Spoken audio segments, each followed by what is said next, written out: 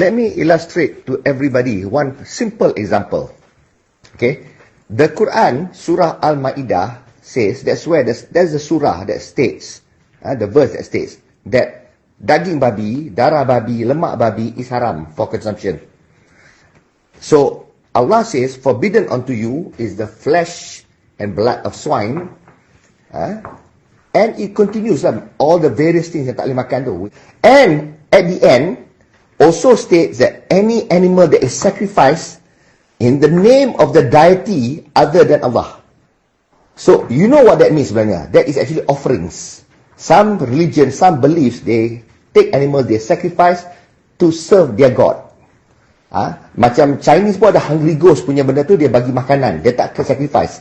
But anything yang binatang ke apa ke yang disacrifice for purposes of sembahyang, maknanya the rightful owner of that makanan, that animal, does not intend that for consumption. They intend that for sembahan. And therefore, because of that, we Muslims are prohibited from eating such meat or whatever, because it was not meant to be eaten. It is out of respect to orang lain punya agama, and because of that, it is haram to disrespect and makan benda yang dia tak intend untuk makan, tapi dia intend untuk sembah pada Tuhan dia. Kita dilarang melanggar berhala orang.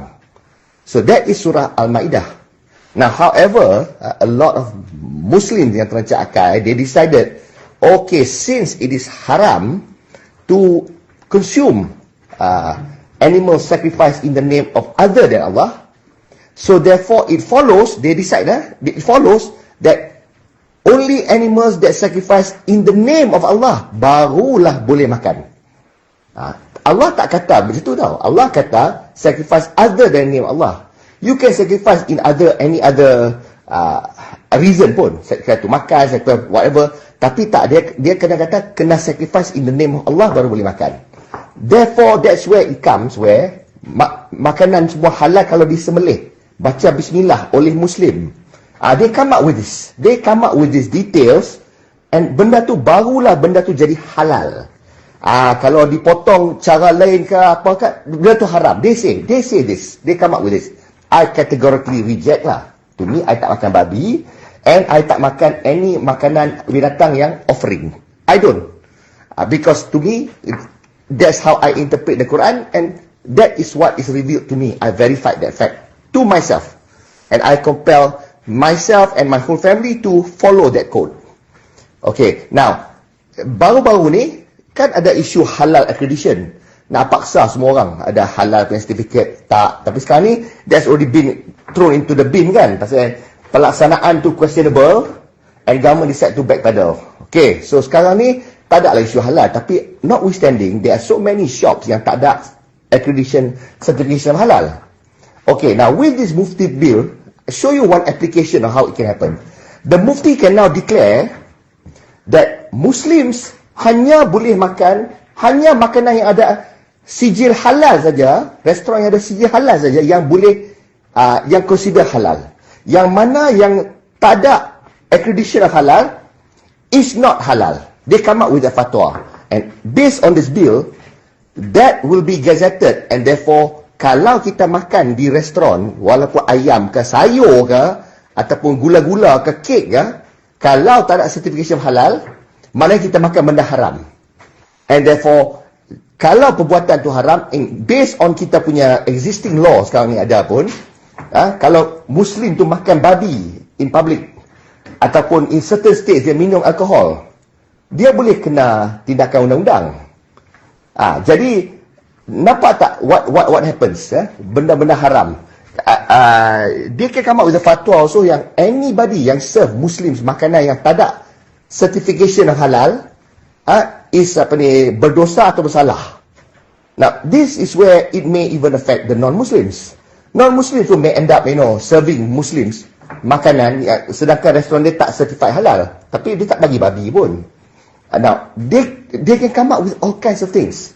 And when they say that, Muslims that ask, we can no longer eat in this place, we cannot eat at that place, we cannot do this, we cannot do that. Why? Because they say Islam is like this. the Quran will no longer be the source of reference. The source of reference now will be the fatwa that is spewed by the relevant muftis. That becomes the panduan. Nampak tak what happens now? The Quran is being replaced, will be replaced in the pelaksanaan of Mufti Bill. Invariably, the Quran will be replaced by a list of gazetted fatwas.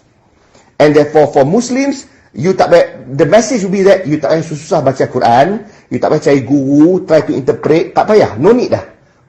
Quran ni you simpan kat rumah ataupun you baca-baca for tadarus ataupun yasin, atau you gantung on the wall as a decorative punya benda, or you simpan bawah bantal you supaya selamat, supaya hantu tak kacau you. Quran will be reduced to that. There's no need to already read atau mengkaji Quran tu, tak payah dah. Because lepas ni ada all the gazetted fatwas. And the fatwa ni supposed to be orang yang ulama, yang pandai, yang rightly guided. Pasal apa? Pasal dia sunat wal jamaah. Sunni, dia punya categorization and government endorse dia sebagai dialah orang yang benar yang ikut. Dia jadi macam Nabi. Jadi you ikut apa dia kata, and whatever you follow, you're okay and you will go to heaven. This is the message. Apa beza dengan PAS punya apa ni, advocacy, vote PAS pergi syurga? Pasal itulah Hadi Awang apa semua pun marah. Because Hadi Awang ada that apa ni, power, that power of Islam. Dia boleh kata, this is Islamic, you do like this, you vote me, you go to heaven, you vote the other party, you go to hell. Dia guna that because he knows the taste of blood. He wields that power. Now, what this Madani government is going to do, this Mufti Bill, is going to also create now even a stronger will of power on their side. Their narrative of Islam will now be power. Jadi dia direct confrontation, direct competition with belah sana, the East punya Islam punya power. Of course they oppose. Now for us, the ordinary Muslims, we don't want anybody to have that kind of absolute power over the other. Orang tak patut boleh berguna agama untuk control other people. People should live their life freely based on their sets of belief, and they have their Quran to refer to, and Quran is supposed to be accessible and supposed to be read and processed by every Muslim, in fact every mankind. You nak ikut, tak nak ikut, that is just consequences. As far as Allah is concerned, you tak ikut, there will be consequences. You ikut, there will be outcome. This should be left to everybody. Islam should not be regulated. Islam should not be structured beyond what it already is. Orang patut boleh akses, and patutnya rakyat Malaysia, especially Muslims, digalakkan baca and make sense out of the Quran. Discuss with your friends, with your teachers, with your parents, with your children. The more you derive, the more you exchange ideas, the more enlightened you become. Hence, that revelation comes to you. And only then can you do what Surah 17:36 kata, you verify. You must come to knowledge before you accept. Barulah you may hearing, you may sight, and your heart will not be questioned thereof. Because you are given all those, the faculty of hearing, means faculty of inputting into your mind, faculty of sight. Sight maknanya to process, to see the output. And the heart is where you determine with conviction, you accept this or you accept that. Go left or go right. Apa betul, apa tak. Your heart will decide to follow or not follow. So therefore, your ability, that three things, is your ability of comprehension, your ability to process, and that is akal fikiran, which is what Allah has given, and therefore, it is in vain if you don't use it, and therefore, this is why that surah literally means blind faith is haram in Islam. You cannot have blind faith. You have to know, you have to see, at least conceptually in your mind, what things mean before you embrace that. If all Muslims are enlightened this way, we don't have problems in this country. But masalah dia, banyak Muslims pun tak, and this fatwa ni, this Mufti Bill ni, may be supported by more than half of Muslims.